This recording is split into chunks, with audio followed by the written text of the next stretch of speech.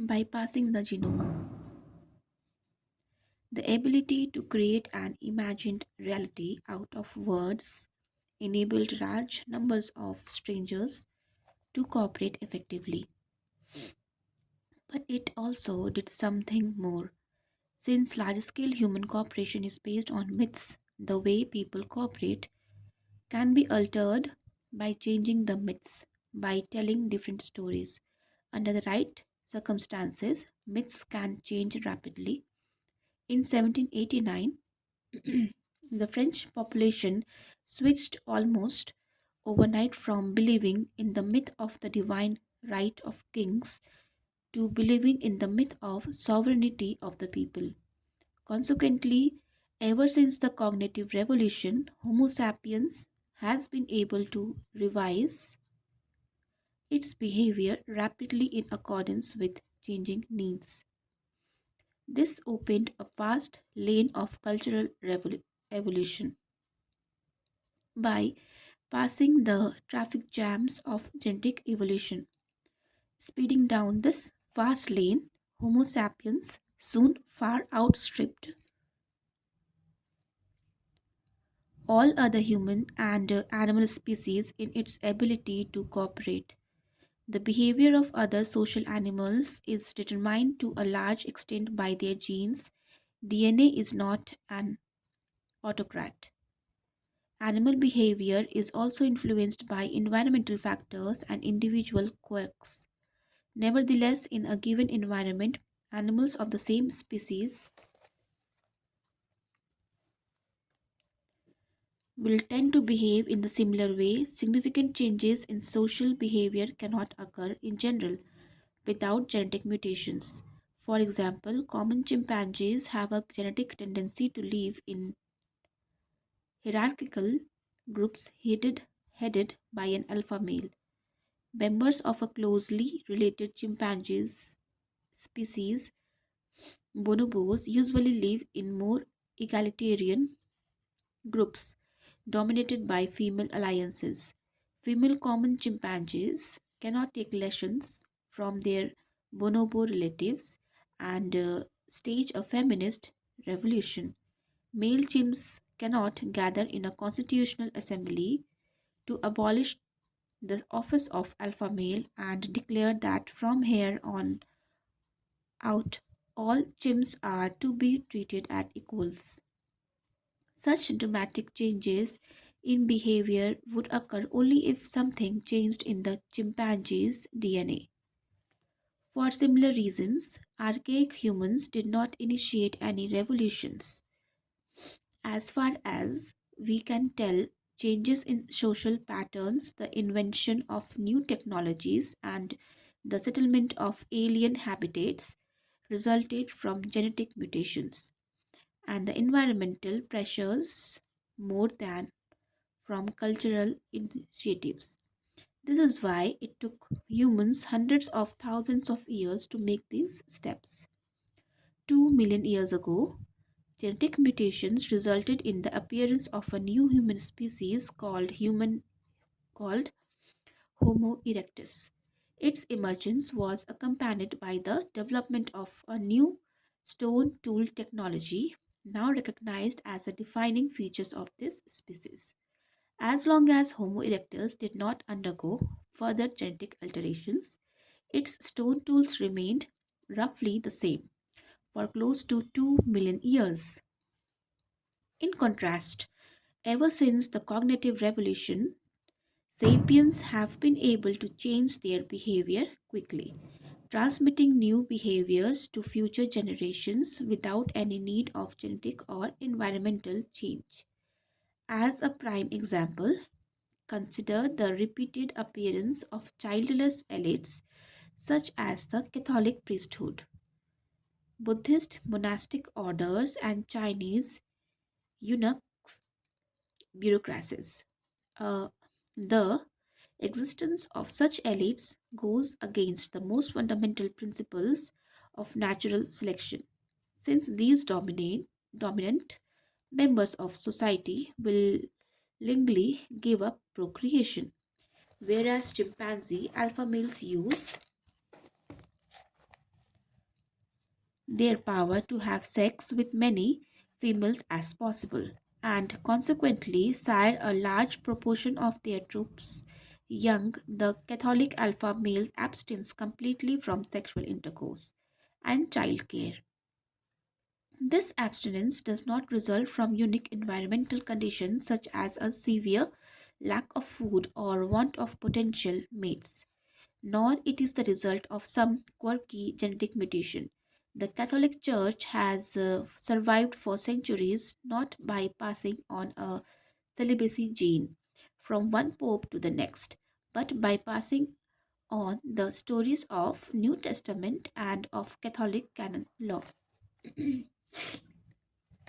In other words, while the behavior patterns of archaic humans remain fixed for tens of thousands of years, sapiens could transform their social structures, the nature of their interpersonal relations, their economic activities, and a host of other behaviors within a decade or two.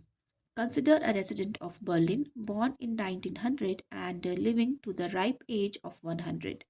She spent her childhood in the Hohenzollern Empire of Wilhelm II, her adult years in the Weimar Republic, the Nazi Third Reich, and Communist East Germany, and she died a citizen of a democratic and a reunified Germany.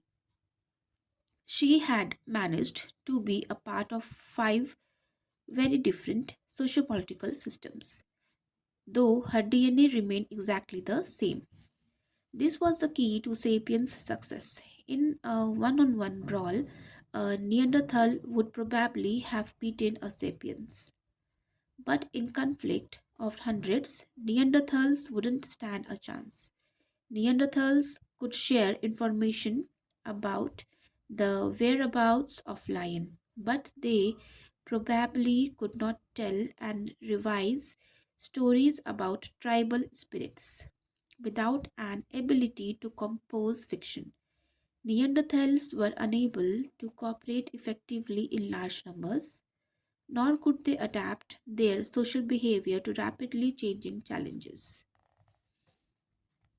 While we can't get inside a Neanderthal mind to understand how they thought, we have indirect evidence of the limits to their cognition compared with their sapiens rivals. Archaeologists excavating 30,000 years old sapiens site in the European heartland occasionally find their she cells from the Mediterranean and the Atlantic coast. In all likelihood, these shells got to the continental interior through long distance trade between different sapiens band. Neanderthal site lack any evidence of such trade. Each group manufactured its own tools from local materials. Another example comes from the South Pacific sapiens band that lived on the island of New Ireland north of New Guinea used a volcanic glass called obsidian to manufacture particularly strong and sharp tools. Now, New Ireland, however, has no natural deposits of obsidian. Laboratory tests revealed that the obsidian they used was brought from deposits on New Britain, an island 400 kilometers away. Some of the inhabitants of these islands must have been skilled navigators who traded from island to island over distances. Trade may seem a very pragmatic activity, one that needs no fictive basis. Yet the fact is that no animal other than sapiens engages in trade, and all the sapiens trade networks about which we have detailed evidence were based on fictions. Trade cannot exist without trust, and it is very difficult to trust strangers. The global trade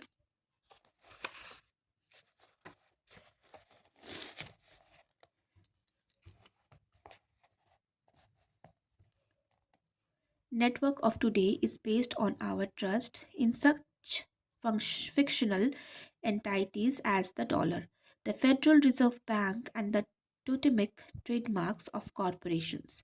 When two strangers in a tribal society want to trade, they will often establish trust by appealing to a common god, mythical ancestor, or totem animal. If archaic sapiens believing in such fictions traded shells and obsidian, it stands to reason that they could have also have traded information, thus creating a much denser and wider knowledge network than the one that served Neanderthals and other archaic humans. Hunting techniques provide another illustration of these differences. Neanderthals usually hunted alone or in small groups. Sapiens, on the other hand, developed techniques that relied on cooperation between many dozens of individuals, and perhaps even between different bands. One particularly effective method was to surround an entire herd of animals, such as wild horses, then chase them into a narrow gorge where it was easy to slaughter them en masse. If all went according to the plan, the bands could harvest tons of meat, fat, and animal skins in a single afternoon for collective effort and either consume these riches in a giant potlatch or dry smoke or in Arctic areas, freeze them for later usage. Archaeologists have discovered sites where entire herds were butchered annually in such ways. There are even sites where fences and obstacles were erected in order to create artificial traps and slaughtering grounds. We may presume that Neanderthals were not pleased to see their traditional hunting grounds turned into sapiens controlled slaughterhouses. However, if violence broke out between the two species, Neanderthals were not much better off than wild horses. 50 Neanderthals cooperating in traditional and static patterns were no match for 500 versatile and innovative sapiens.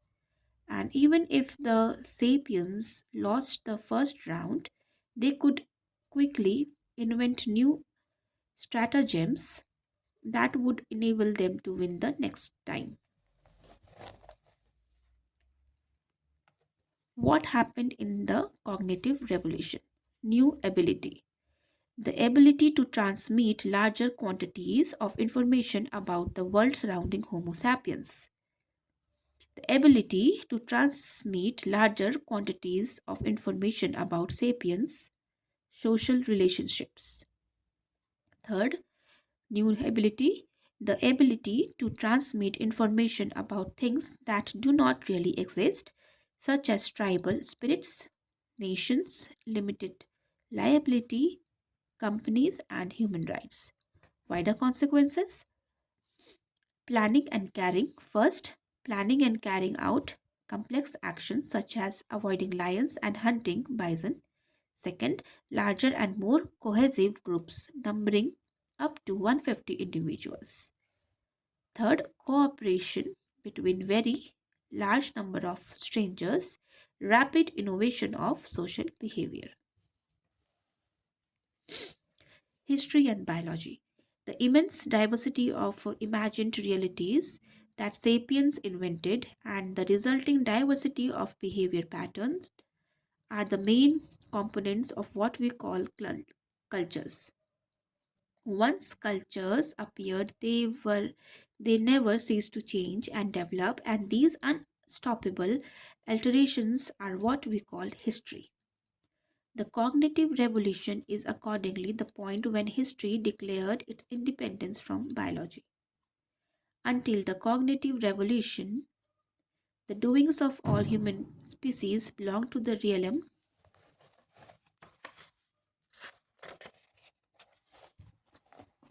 of biology. So, biology, or if you so prefer, prehistory.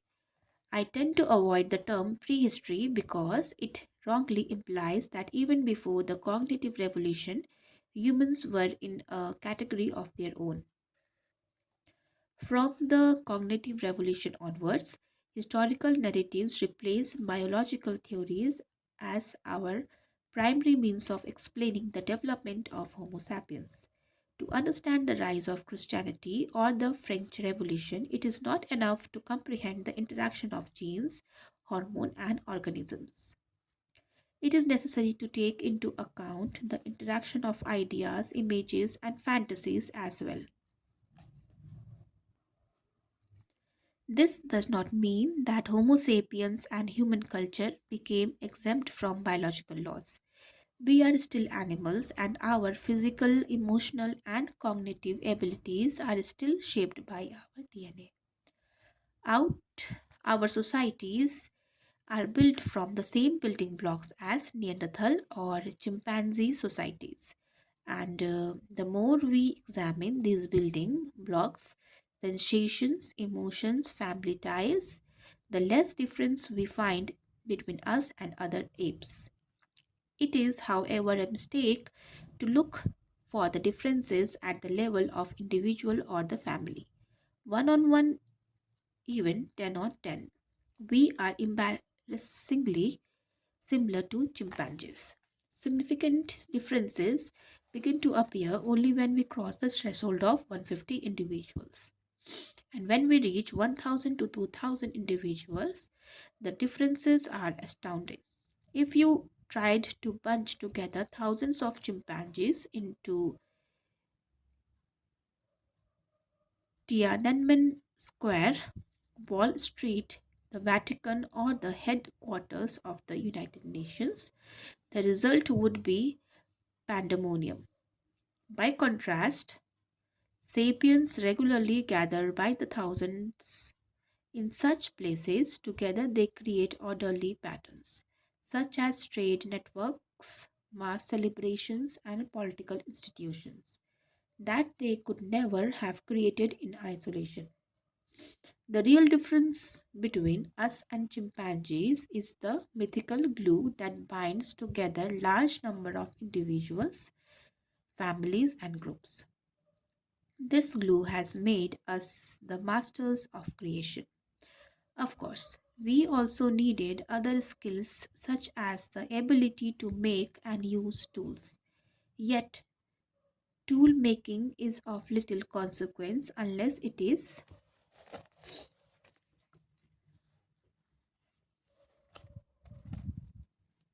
coupled with the ability to cooperate with many others. It how is it that we now have intercontinental missiles with the nuclear warheads, whereas 30 years ago we had only sticks with flint spearheads? Physiologically, there has been no significant improvement in our tool making capacity over the last 30,000 years. Albert Einstein was far less dexterous with his hands than an ancient hunter gatherer. However, our capacity to cooperate with large number of strangers has improved dramatically. The ancient flint spearhead was manufactured in minutes by a single person who relied on the advice and help of few intimate friends. The production of a modern nuclear warhead requires the cooperation of millions of strangers all over the world, from the workers who mine the uranium ore in the depths of the earth to theoretical physicists who write long mathematical formulae to describe the interactions of subatomic particles. To summarize the relationship between biology and history after the cognitive revolution. A. Biology sets the basic parameters for the behavior and capacities of Homo sapiens. The whole of history takes place within the bounds of this biological arena. However, this arena is ordinarily large, allowing sapiens to play an astounding variety of games thanks to their ability to invent fiction. Sapiens create more and more complex games, which each generation develops and elaborates even further. C. Consequently, in order to understand how sapiens have behave, we must describe the historical evolution of their actions. Referring only to our biological constraints would be like a radio sportscaster who, attending the World Cup football championships, offers his listeners a detailed description of the playing field rather than an account of what the players are doing.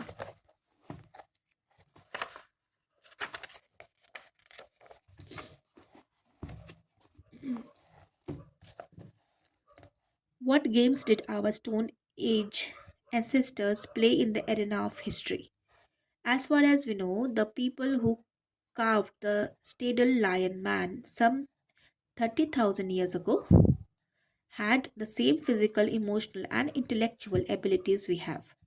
What did they do when they woke up in the morning?